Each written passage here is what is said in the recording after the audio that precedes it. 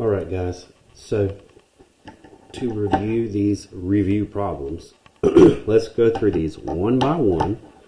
You guys can pause the video at any point in any problem. If I've given you a hint or something, I would encourage you to finish out as much as you can independently if there was anything you were just unable to do yesterday. So the test is going to look very similar to the quiz. Remember, your test grade can replace your quiz grade as long as it's higher. So Jason just finished page 140 of a 200-page book. What percent of the book remains? Let's think about something first. Foundationally, all of the book would equal 100% of the book, right? So we want to make sure we're clear on what is the question asking. Well, he's finished 140 out of 200. So it would be wise of us to have a pen that works, but to go ahead and figure out, okay, what percent has he read? 140 out of 200. So 140 out of 200 is what percent? Remember, 7.7 as a number, or 0.70, is equal to 70%. So that's what he's done. But the question is not what has he done, but rather what remains. And if we understood this first concept, that all of the book is 100%, then how much do I have left to get to 100%? 30%. A couple things to review there. How do you get the percentage present in a fraction? Divide. Whatever the decimal is, it's going to be, you're going to move it twice to convert it to the percentage. Okay? Because remember, 70% means 70 per 100. Again, that's what 0.70 is anyway. Geraldine traveled 200 miles in 150 minutes. I'm going to go ahead and write that as a fraction. All right, as I write that rate down. Wait a minute. What do you mean rate? Remember, a rate is a change in one variable with respect to a change in another. You guys will learn to love that in Algebra 1 because it'll be called something different. It'll actually be called a slope. But all it is a rate of change between two different quantities. The order matters because division matters, right? So the way I've written this, 200 miles per 150, let me see if I can write it legibly, minutes. Okay, we can reduce that. We can say, okay, well, remember, a fraction, a ratio is just division. So 200 divided by 150, we're going to get 4/3. So I can make this 1.3 repeating. We can say miles, but because of what I've done, I've effectively converted it to a unit rate. So we can say miles per minute. Well, that seems pretty fast, right? At this rate of speed, how far should she have gone in 4 hours? So what I'm going to do, right, I notice I have hours and minutes in the same problem. We've got to convert to one or the other, right? We can't mix these when we try to solve a problem. So let's go ahead and convert 4 hours. What we're going to do, we're going to multiply by 60 minutes in 1 hour. 1 hour, and that's going to tell us, okay, that's 240 minutes. Well, why is that important? Because we know that if I can take my rate of change, miles per minute, and multiply by the number of minutes I do that, then it will give me my total distance. That is based on the simple formula, distance equals rate times time, and you can rearrange this however you want to based on what you're given, but I'm typically going to give you these your rate and your time, because it just makes sense. For example, if I gave you 60 miles an hour and you did that for 2 hours, you would just say 60 miles per hour times the 2 hours that I did it, to get 120 miles. Well, likewise here, what I'm going to do, I'm going to take 1.3, actually, you know what, I'm going to leave it as a fraction. Remember, it was 4/3. 4/3 miles per minute, and then I'm going to multiply that by 240 minutes. And hopefully what I zoom out and let you see is that the minutes units are going to cancel. So again, it's a calculator active test. We're just going to say our 1.3 repeat. Remember, that was 4/3, right? And we're going to multiply that by 240. We're going to get 320. So I'm going to get 320 miles. Now, let's make sure that answer makes sense based on the values given. Okay, so 200 miles in 150 minutes. So 4 hours is more than 150 minutes. So my answer should definitely be bigger than 200. And 320 checks out. All right, so back to geometry a little bit.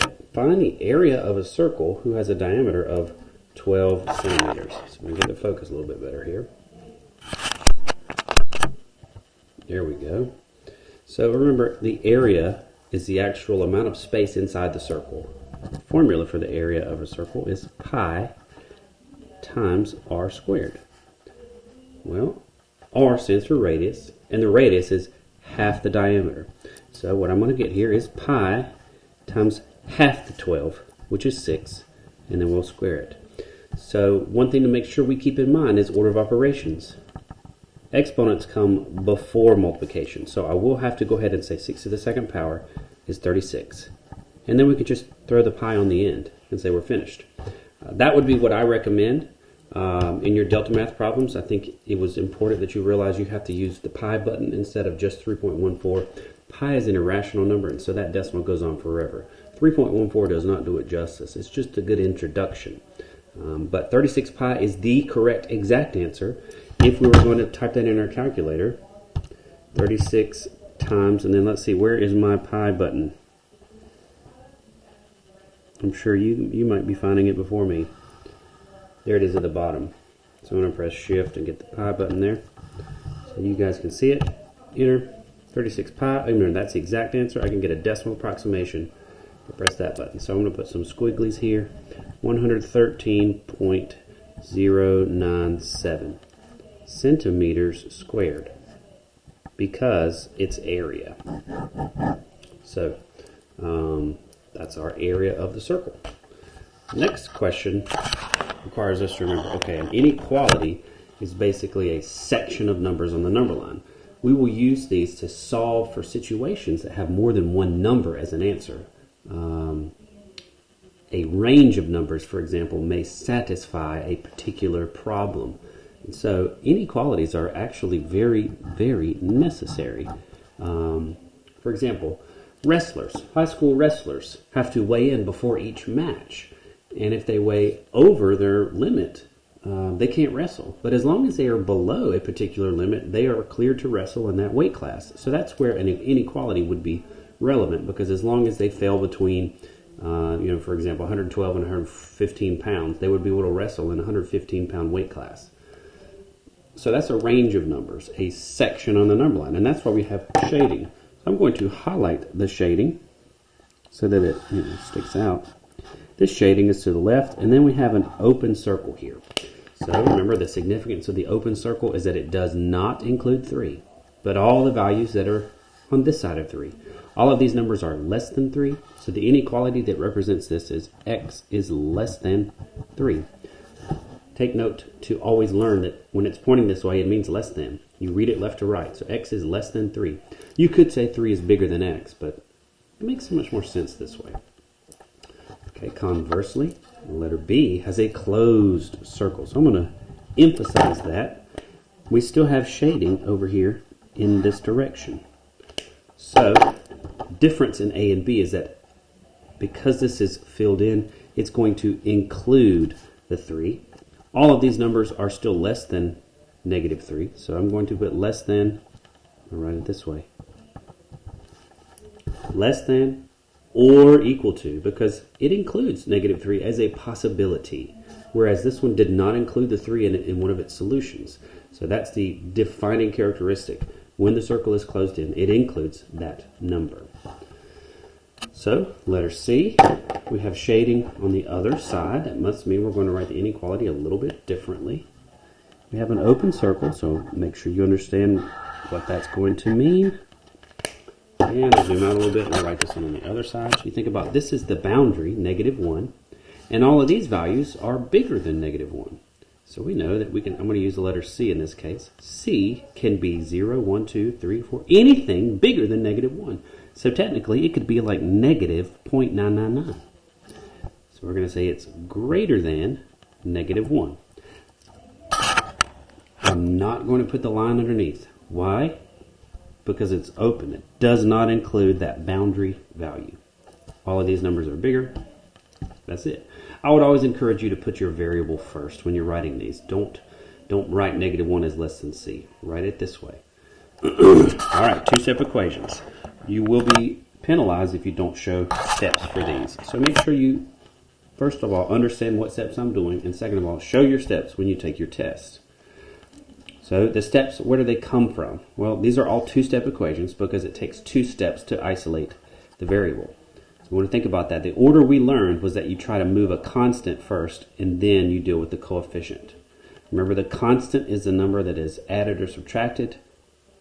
The coefficient is always a multiplier, or you could say it was a divider of the variable. So like I said, the order that we learned how to do this, while there is some variation, is always move the constant first. So we're going to add or subtract to move that first. How do we know what to do? Well, I want to get to 8x equals something because that's one step closer towards getting x by itself. In order to do that, I essentially have to manipulate this equation. That sounds like a fancy word. It's not. It simply means I can move some things to the other side because of our scale or balance scale analogy. Right? For example, if you're holding weights in both hands and you're balanced, if you add 1 pound to one side, it's going to throw off the balance. We're going to add 1 pound to both sides so that I maintain the balance, right? It got heavier on both sides, so I would still have balance. Okay? Why does that help? What I hope you realize is that when you added the positive 1 to the negative 1, those canceled out. And it helped us to get 8x by itself, and it allowed us to write that side as 32. Okay, now the second step of 2 is to get x by itself, and we're going to deal with this 8, which is a coefficient.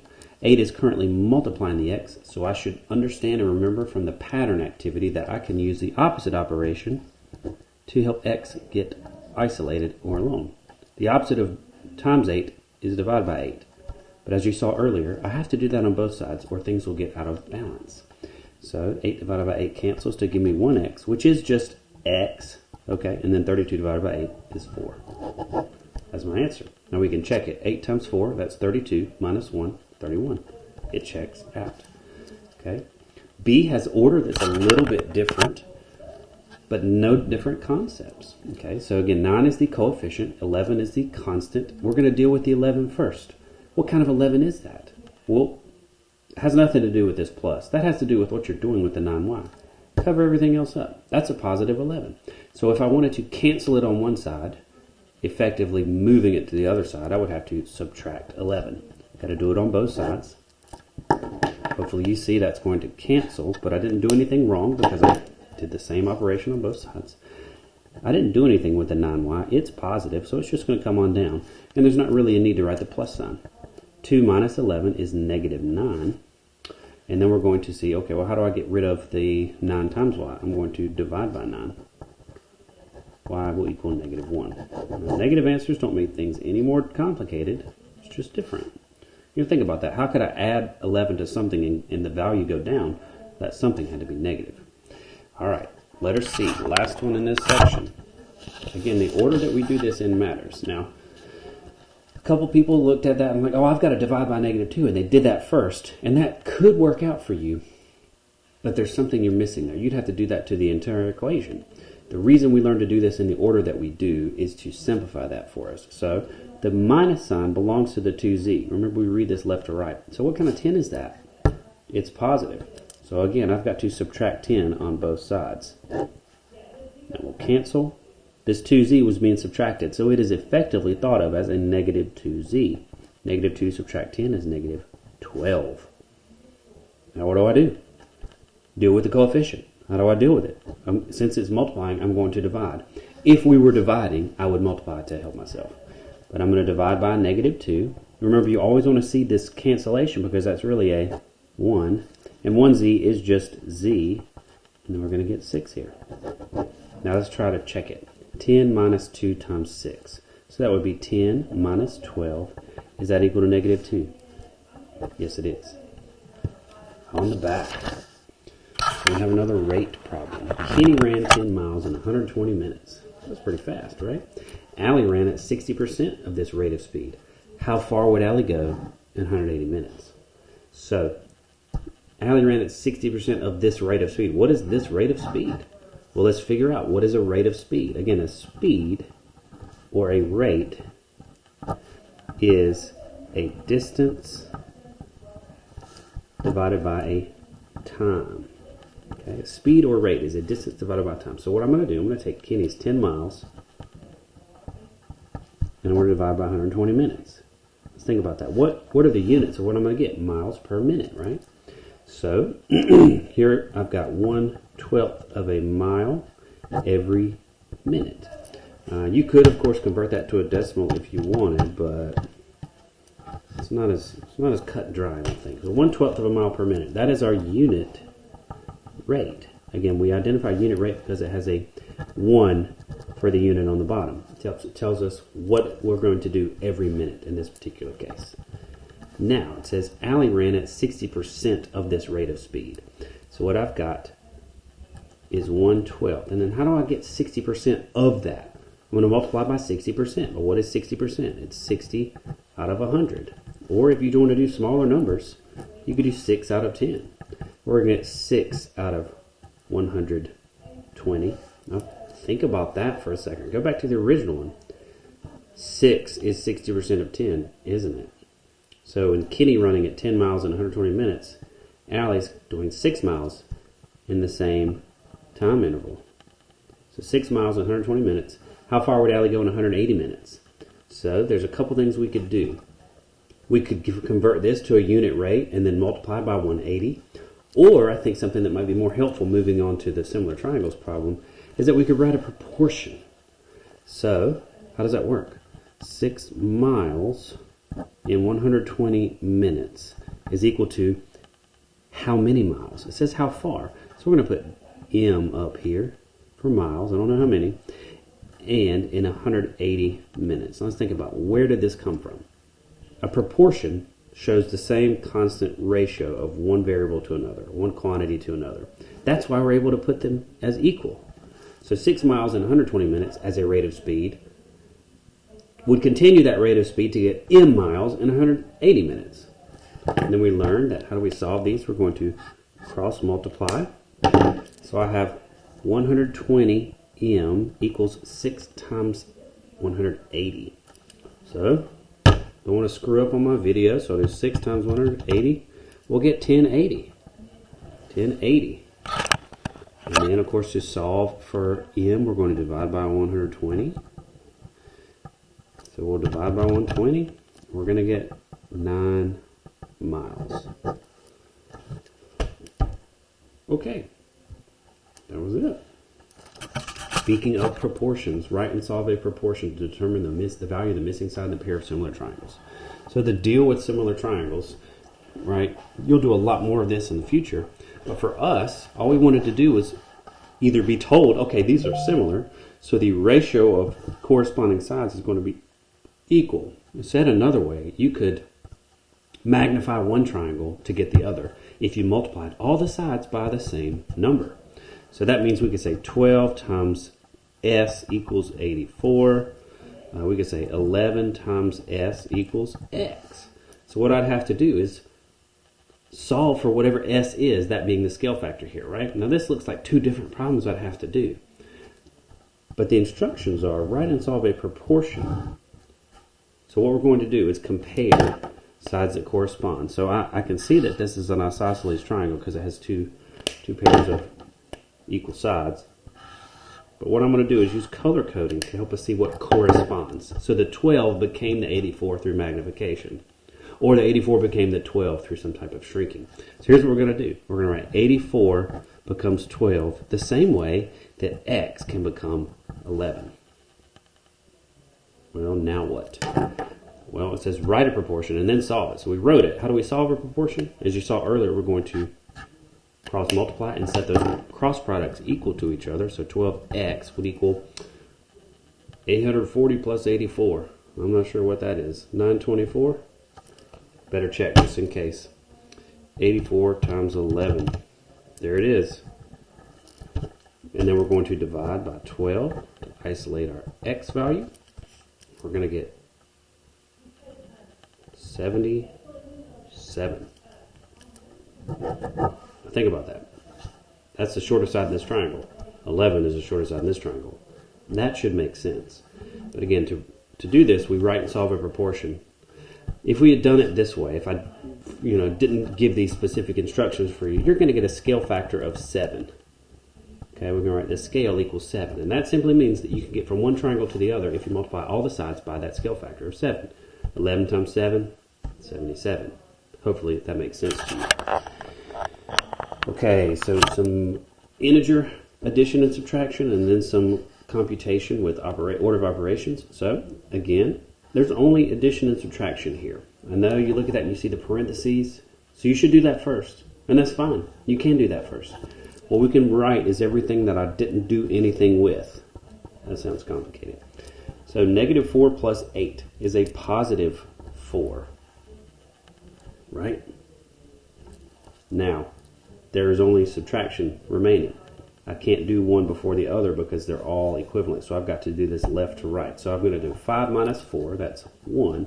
And then we've got minus 9, that's negative 8. Negative 8 is what we should get.